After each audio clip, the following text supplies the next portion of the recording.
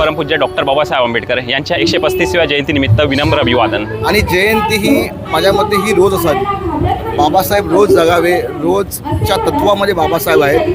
ज्यांना लंडनला जाता येत नाही ते थेट इथे आपण भेट देऊन आपण त्या घराच्या वास्तूची फील घेऊ शकतो. आपण वरई नाक्याजवळ परमपूज्य डॉक्टर बाबासाहेब आंबेडकर यांची 20 फुटाची एक भव्याची मूर्ती साकारण्यात आलेली आहे.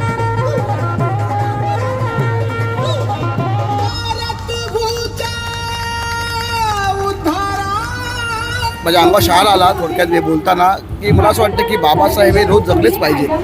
तर मित्रांनो, लंडनमध्ये बाबासाहेब आंबेडकर ज्या घरी राहत होते तर त्या घराची जी प्रतिकृती जी आपल्या वरळी नाके येथील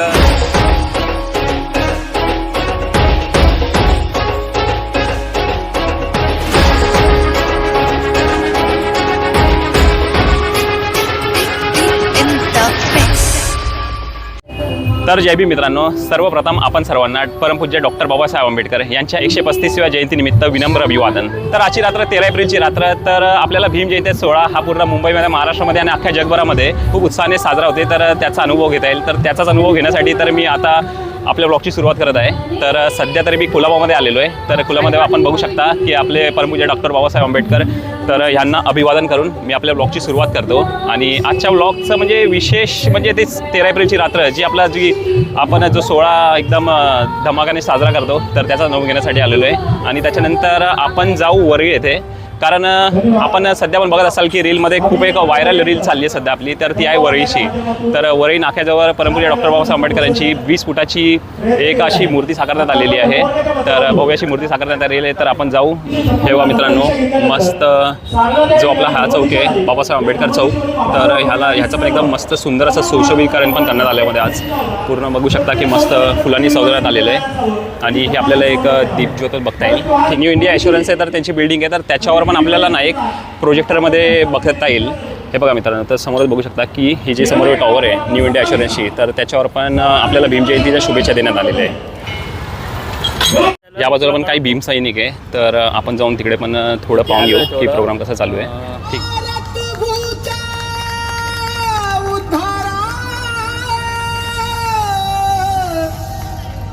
जन्माली भीमराव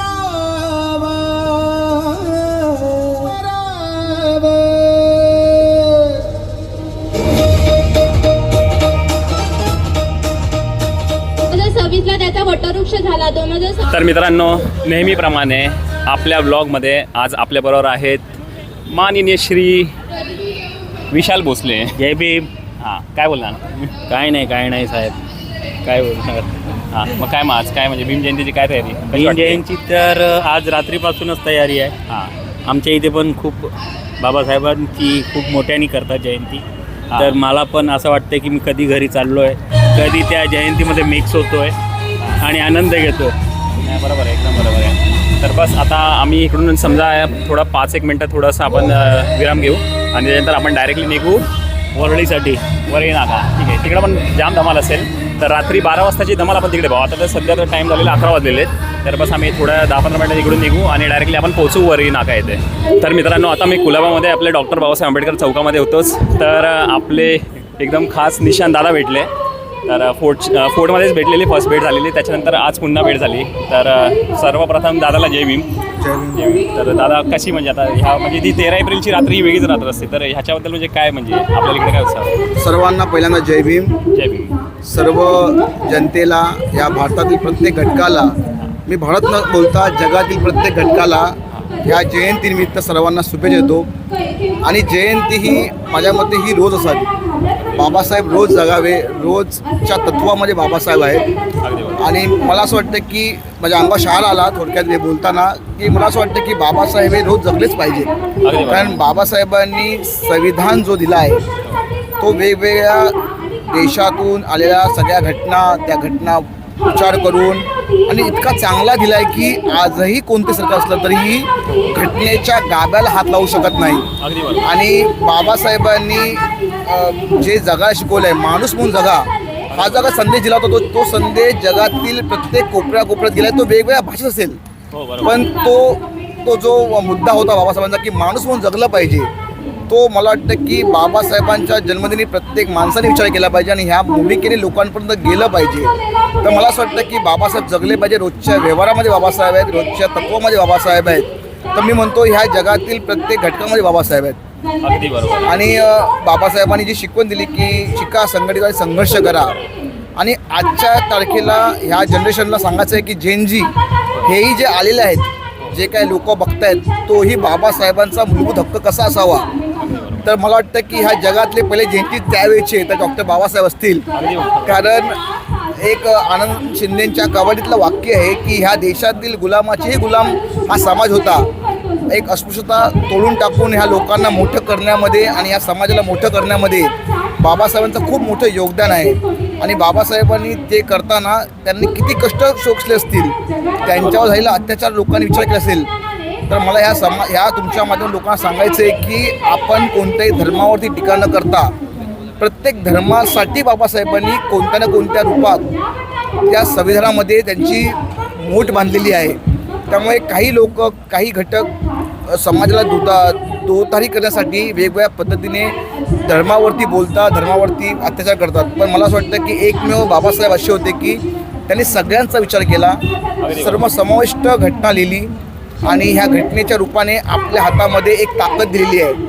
तर मग महिला सक्षमीकरण असेल, बालविवाह असतील, लहान मुलांच्या काही घटना असतील, कामगार वर्ग असेल, या सगळ्यांसाठी बाबासाहेबांचं मोठं योगदान आहे. ते कोणी विसरू शकत नाही. काही लोकांनी सांगितलं की बाबासाहेब फक्त एका जातीसाठी संकुचित करून ठेवलेले आहेत. तर काही लोक म्हणतात की बाबासाहेब आमचे नाहीच आहेत. तर मला त्यांना तुमच्या माध्यमातून सांगायचं आहे की बाबासाहेब सर्वांचे. तुम्ही रोज जे खाताय, तुम्ही रोज जे पिताय, तुम्ही जे व्यवहार करताय, ती सगळी देण बाबासाहेबांची आहे. आज RBI नसतं तर तुम्ही व्यवहार कसा केला असता, आज महिलांनी कसं काम केलं असतं, अगर महिलांना सक्षम नसेल तर हे कसं वागलं असतं. तर मला असं वाटतं की या सगळ्यांनी एकत्र यायला पाहिजे. हिंदू कोड बिल देणारे बाबासाहेब आहेत. त्यामुळे काही लोक म्हणतात की आम्ही हिंदूचे नाही आहेत, पण मला असं वाटतं की सर्व घटकांचे बाबासाहेब आहेत. आणि त्या पद्धतीने बाबासाहेबांचा विचार करणं आत्ताची काळाची गरज आहे. आणि माझी सगळ्यांना विनंती आहे की बाबासाहेबांना जगला आणि रोज हे केलं पाहिजे. मला अजून एक घटना सांगतो की पहिली शिवजयंती करणारे डॉक्टर बाबासाहेब आंबेडकर सार्वजनिक, ती कुठेही समजून घ्या. बाबासाहेबांवरती महाराजांचा खूप प्रभाव होता. कारण त्यांचे गुरु महात्मा फुले आणि महात्मा फुलेंचे गुरु छत्रपती शिवाजी महाराज. तर बदलापूरच्या चौकामध्ये शिवजयंती करणारे डॉक्टर बाबासाहेब आंबेडकर कोणी विसरू नये. कारण महाराज महाडला जातात, महाडवर निघतात, म्हणजे रायगड उतरले की ते घोडे बदलायचे. बदलापूरमध्ये नाव बदलापूर का ठेवलं, कारण ते घोडे बदलायचे आणि ते सुट्टे जायचे स्वारी करायला. म्हणून बाबासाहेबांनी चौकामध्ये शिवजयंती करून तो एक संदेश दिला होता लोकांना. त्यामुळे मला असं वाटतं की बाबासाहेब जगा आणि ह्या दिवशी परत एकदा तुम्हाला सगळ्यांना शुभेच्छा. आणि उद्याचा दिवस फार सुखशांतीने लोकांपर्यंत जावा हीच बाबासाहेबांच्या चरणी प्रार्थना. जय भीम, जय बुद्ध आहे. दादा पण खूप कार्य करत असतो, तर ते पण मी थोडंसं आपल्या माध्यमातून सांगण्याचा प्रयत्न करेन की खूप दादाचं पण खूप कार्य म्हणजे चालूच असतं. कामगार वर्गासाठी झालं की इतर काय झालं तर ते पण थोडं सांगतील तर. मी कामगार क्षेत्रात काम करतो. माझ्याकडे 4,500 कामगार आहेत. कामगारांचे हक्क मिळवणं हे फार काळाची गरज आहे. आणि कॉन्ट्रॅक्ट सिस्टम आलेली आहे, त्यातून कामगारांना सगळ्या मूलभूत सोयी मिळाल्या पाहिजेत. त्यामुळे तो लढा सुरूच असतो. आणि सर्व कामगारांना आजच्या दिवशी खरंच शुभेच्छा. कारण कामगार नेते पहिले भारताचे हे डॉक्टर बाबासाहेब आंबेडकर होते. कोणाला कमी लोकांना माहिती आहे. त्यामुळे त्यांनी श्रमिक संघटना सुरू केली होती त्यावेळीची आणि कामगारांसाठी लढले होते. आज प्रसूती सुट्ट्या असतील, 12 तासचे 8 तास जे केलेत ते बाबासाहेबांनी केलेत. त्यामुळे बोनस किंवा ESIC म्हणजे आज मेडिकल फॅसिलिटी ती बाबासाहेबांनी तयार केलेली आहे. त्यामुळे मला असं वाटतं की भविष्यातील खरे कामगार ते बाबासाहेब होते आणि त्यांच्या पावलावर पाऊल ठेवून तेवढे मोठे नाहीत आम्ही, पण तो प्रयत्न नक्की करतोय. नक्की बरोबर आहे. ठीक आहे, खरंच निशांत दादाला भेटून खूप आनंद झाला. थँक्यू. भेटू पुन्हा आपण. धन्यवाद. जय भीम. जय भीम. शेळी होऊन 100 दिवस जगण्यापेक्षा वाघ होऊन एकच दिवस जगा. मस्त सुंदर असं स्मारकाला पण पूर्ण प्रॉपर ना म्हणजे डेकोरेशन केले बघा फुलांनी. याबद्दल बघा समोरच बाबासाहेब आंबेडकरांची मूर्ती. आणि आता आपण डायरेक्ट निघू वरईसाठी. चला मित्रांनो, थोडासा उशीर झालेला आपल्याला. ठीक आहे, आपल्याला म्हणजे बघा इकडे 11:30 झालेले आहेत आणि आपल्याला अर्ध्या तासामध्ये वरईला पोचायचं आहे. तर बघू आता, प्रयत्न करू लवकरात लवकर पोचण्याचा आपण.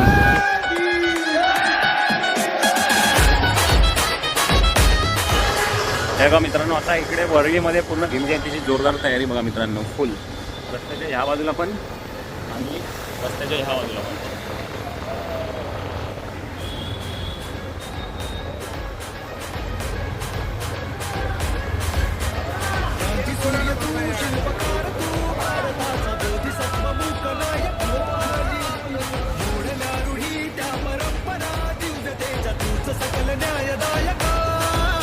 जीवन तुझे आभास प्रेरणा दाही दिशा तुझीच गर्जना भीमराया माझा भीमराया भारताचा पाया माझा भीमराया. तर मग चला मित्रांनो, फायनली आपण वरळी नाका इथे पोहोचलेलो आहे आणि जस्ट समोर जर बघू शकता आपण परमपूज्य डॉक्टर बाबासाहेब आंबेडकर, तर यांची 20 फुटाची मूर्ती पण आहे. तर याचं पण उद्घाटन आता जस्ट होईल. जस्ट 12 वाजलेले आहेत, जस्ट 12 वाजलेले आहेत. आणि ह्या बाजूला बाबासाहेब आंबेडकर यांचे जे लंडनमधले घर होतं, तर त्याची पण एक प्रतिकृती साकारण्यात आली आहे. तर आपण जाऊ तिकडे पण भेट देऊ नक्की, ठीक आहे. तर पहिलं तर आपण इकडेच येऊ. 12 वाजलेले आहेत. तर बाबासाहेब आंबेडकर यांच्या पुतळ्याचं आता जस्ट उद्घाटन होईल. तर आपण जाऊन त्याचा आनंद घेऊ पहिला, ठीक आहे. आणि त्याच्यानंतर लंडनमधले घर आहे, तर त्याची प्रतिकृती आपण पाहून घेऊ, ठीक आहे.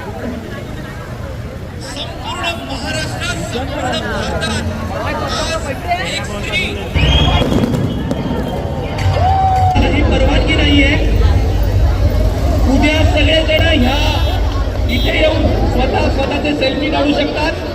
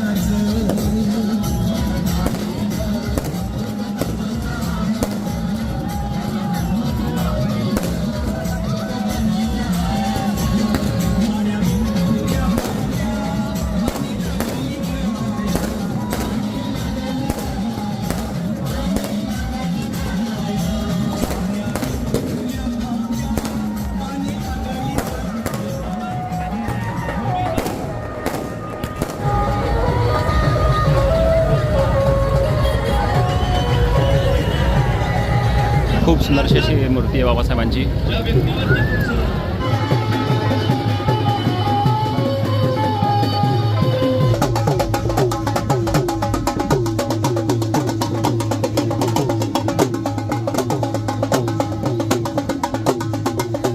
अरे भाई, काय बोलतो, कसा आहे भाई? बस मजेत.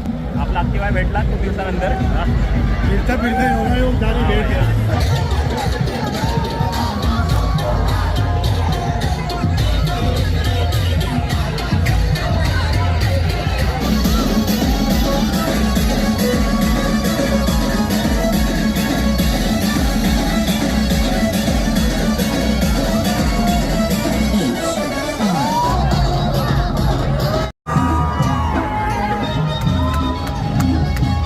तर मित्रांनो, लंडनमध्ये बाबासाहेब आंबेडकर ज्या घरी राहत होते, तर त्या घराची जी प्रतिकृती जी आपल्या वरळी नाका येथील साईमध्ये साकारण्यात आली आहे. आणि बाहेर तर पूर्ण जल्लोष चालूच आहे या बाजूला. आणि मी पण एवढा लकी स्वतःला मानेल की अजून देखावा आपल्या म्हणजे लोकांसाठी, पब्लिकसाठी ओपन नाही झालेला आहे. तरी पण आपल्या तिकडचे भाई लोक होते, तर आपल्या मित्रांनी, आपल्या भाई लोकांनी आपल्याला इकडे आतमध्ये येण्याची परमिशन दिली. तर त्यांना पण खूप खूप धन्यवाद. आणि हे बघा, एकदम सुंदरसं असं हे घर म्हणजे साकारण्यात आलेलं आहे. आणि अजून पण पूर्वतयारीच म्हणजे तयारी अजून पूर्ण झालेली नाही आहे. हे बघा, सुंदरशी अशी लायब्ररी पण बनवण्यात आली आहे बघा, खूप सुंदर. आणि ह्या बाजूला पण आपण बघू शकता की एक सुंदरसं असं चित्र पण रेखाटण्यात आलेलं आहे. आणि जसं बोधिवृक्ष, त्या बोधिवृक्षातनं आपल्याला तथागत गौतम बुद्ध पण दिसतील आपल्याला, आणि त्यातनं बाबासाहेब आंबेडकर पण दिसतील. खूप सुंदरसं असं आहे बघा, म्हणजे छोटंसं बुद्धविहारच म्हणू शकता. बुद्धविहार पण साकारण्यात आलेलं आहे. या बाजूला पण बघा, आपण फोटोग्राफ्स बघू शकतात पूर्ण बाबासाहेब आंबेडकर. यांचं म्हणजे छायाचित्रण संग्रहालय पण केलेलं आहे. तर मित्रांनो, वरी नाका इथे बाबासाहेब आंबेडकरच्या लंडन येथील घरी राहत होते, तर त्याची जी प्रतिकृती साकारण्यात आली आहे, तर त्याचा तर मस्त म्हणजे खूप सुंदर असा देखावा केलेला आहे. आणि रितेश पालकन आपल्याबरोबर, तर आपल्याबरोबर तर रितेश काय बोलणार म्हणजे काय दादा, पहिला तर तुम्ही आलात इथे, तुमचे मनापासून आभार. आणि सर्वांना 135व्या डॉक्टर बाबासाहेब आंबेडकर यांच्या जयंतीच्या हार्दिक शुभेच्छा. आणि दरवर्षी आमच्या ग्रुपच्या माध्यमातून आम्ही इकडे नवीन नवीन देखावे सादर करीत असतो, जसे की बुद्ध लेणी असतील, स्मारक असतील, आपल्या इतिहास जपणाऱ्या ज्या गोष्टी असतील त्या आम्ही इकडे साकारत असतो. मागच्या वर्षी आम्ही बुद्धगया येथे साकारलेली, तेव्हा मुलांचा असा ध्यास होता की आपल्या बाबासाहेबांचा लंडन येथील बंगला आपण या आपल्या जर या वास्तूमध्ये साकारला तर आपलं एक स्वप्न पूर्ण झाल्यासारखं होईल. आणि ज्यांना लंडनला जाता येत नाही ते थेट इथे आपण भेट देऊन आपण त्या घराच्या वास्तूची आपण काय म्हणतात ते तो फील घेऊ शकतो आपण. सुंदर असा अनुभव आहे. सुंदर. खूप सुंदर. आम्हाला हे काम करताना भरपूर मजा आली आणि आम्ही हे सर्व काम स्वतःच आमचे सर्व मित्र आम्ही मिळून करतो. आणि अजून एक गोष्ट, जी आपण 20 फुटी बाबासाहेब आंबेडकरांची जी मूर्ती उभारली आहे आणि ती म्हणजे विशेष म्हणजे ती लाकडी आणि कागदापासून बनवलेली आहे, तर ती पण संकल्पना म्हणजे आपण कशी काय म्हणजे विचारामध्ये आली? ही आपल्या राजवर्धन मंडळाकडून ती यावर्षी 35 फुटी असं स्मारक इथे उभारलं होतं. त्यात मूर्तीची हाईट ही 20 फूट होती आणि पूर्णतः मूर्ती आपली रिपा काट्यांपासून बनवली होती आणि फेस हा क्ले मातीपासून त्यांनी साकारला होता. दोन्ही मंडळ आपलेच आहेत. ते जे लॅम्प झुंबर वगैरे बघते सर्व आपल्या मुलांनी स्वतः साकारलेत, एक कोणते रेडीमेड नाही. सर्व डिझाईन्स, लाईट्स वगैरे आपण सर्व स्वतः इकडे केलेले आहे. मस्त सुंदर आहे. म्हणजे आता तरी पण या आपल्याला वास्तूचं एकदम हुबेहूब प्रतिकृती आम्ही साकारण्याचा आमच्या ग्रुपकडून आम्ही प्रयत्न केला. नाही पण खूप सुंदर. पण आपल्या म्हणजे जर जे भीमसैनिक येतील आपले, हा, भीम बांधव येतील, तर त्यांना किती दिवसापर्यंत आपल्याला म्हणजे याचा आपला हा कार्यक्रम आज 13 तारीखला मध्यरात्रीपासून तो 2 मे बुद्ध जयंतीपर्यंत आपला देखावा असेल म्हणजे भावना बघता. चालेल मित्रांनो, बस आता खूप सुंदर आहे आणि अजून पण बाहेर धमाल चालूच आहे. तर रितेश भाऊ, खूप सुंदर माहिती दिली त्याबद्दल धन्यवाद. तुम्ही पण इथे आल्याबद्दल धन्यवाद. आता बाहेर पण धमाल चालूच आहे, तर आता त्याचा अनुभव घेऊ आणि त्याच्यानंतर आपण इकडून निरोप घेऊ.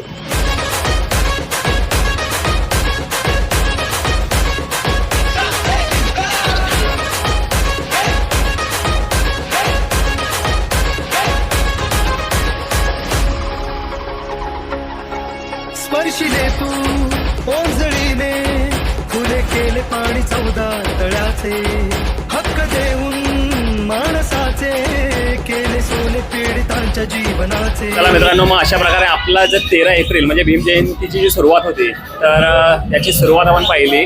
तर जसं आपण मगाशी स्टार्टिंग आपण केली कुलाब्यावरनं आणि त्याच्यानंतर आलो आपण वरई नाक्याला. तर हा जल्लोष तर असा तर इकडे पुढे चालूच राहील. आणि उद्या बघूया, आता उद्या आपण आता उद्याचा जर सध्या तरी माझं काही प्लॅनिंग नाही, पण उद्याची पण आपली जी मेन धमाल असेल भीम जयंतीची, तर पुढच्या ब्लॉगमध्ये आपल्याला ती बघायला मिळेल. तर ती नक्की बघा.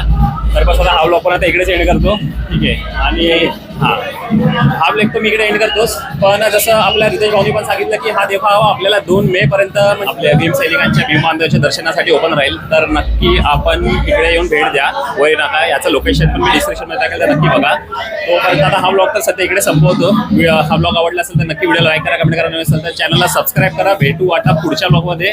भीम जयंतीचाच ब्लॉग असेल, तर नक्कीच भेटू. तोपर्यंत जय भीम, नमो बुद्धाय. जय भीम, जय भीम.